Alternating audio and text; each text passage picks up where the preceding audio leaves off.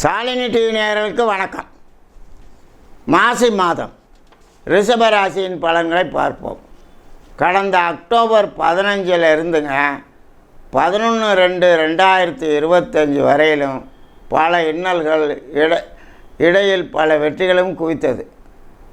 லாபத்தில் உள்ள ராகு பகவான் பாருங்கள், 11/2/2025 நமது ராசியில் வக்ர நிவர்த்தி ஆகி குரு தனித்து இருப்பதால் நமக்கு கையிருப்பு குறைதல், பேங்க் பேலன்ஸு குறைதல், தங்கம் நம்மளை விட்டு போகுது, பொன் பொருள் ஆடை ஆபரணம் நமக்கு எல்லாம் நம்மளை விட்டு போகுது, மானம் மரியாதை எல்லாம் இழக்க வைக்கும்.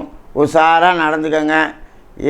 இறை சிந்தனையும் யாரிடமும் சாபம் வாங்காமலும் நியாயமாகவும் நீதியாகவும் நேர்மையாகவும் ஏற்கனவே நன்றி மறந்த பரிசீலித்து தெய்வ சிந்தனையோடு தன்னை மாற்றிக்கொண்டு நலமாக இருக்க முயற்சி செய்து இறை அருளோடு இருந்தால் ஜென்ம குருவை 11/5/25 முதல் அநேக காரியங்கள் வெற்றிதான்.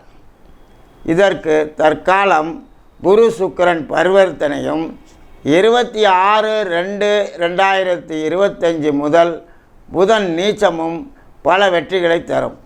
2/5 நீச்சமாகி 5ஆம் இடத்தில் கேதுவும் குருவால் பல நன்மைகள் கிடைக்கும். குரு பார்வை இருக்க கேதுக்கு. ஆகையால் காரியஸ்தானம் கர்மாஸ்தானத்தில் உள்ள சனியும் மாசி மாதம் பல வெற்றிகளை அள்ளி கொடுக்கும். மாசி மாதம் பலத்த அஸ்திவாரம் போட்டு வைக்கும். நல்ல புத்தி, நல்ல செயல், இறை சிந்தனையோடு மாசி மாதத்தில் யோக பலனை அடையுங்கள். மாசி மாதம் பங்குனி மாதம் நமக்கு சிறப்பான மாதம்தான்.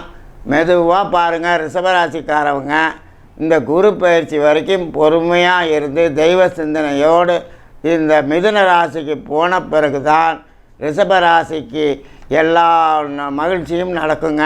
குடும்பத்தில் சுபகாரியம் நடக்கும், சுப செலவுகள் நடக்கும், கல்யாணம் நடக்கும். எல்லா வகையிலும் இப்போ நடக்கிறதுக்கு வாய்ப்பு இல்லைங்க. அதுக்குள்ளே அஸ்திவாரம் போடுமா ஒழிஞ்சு நமக்கு குரு பயிற்சி 11/5/25 பிறகுதான் ரிஷபராசிக்கு யோகம் வரும். வணக்கம்.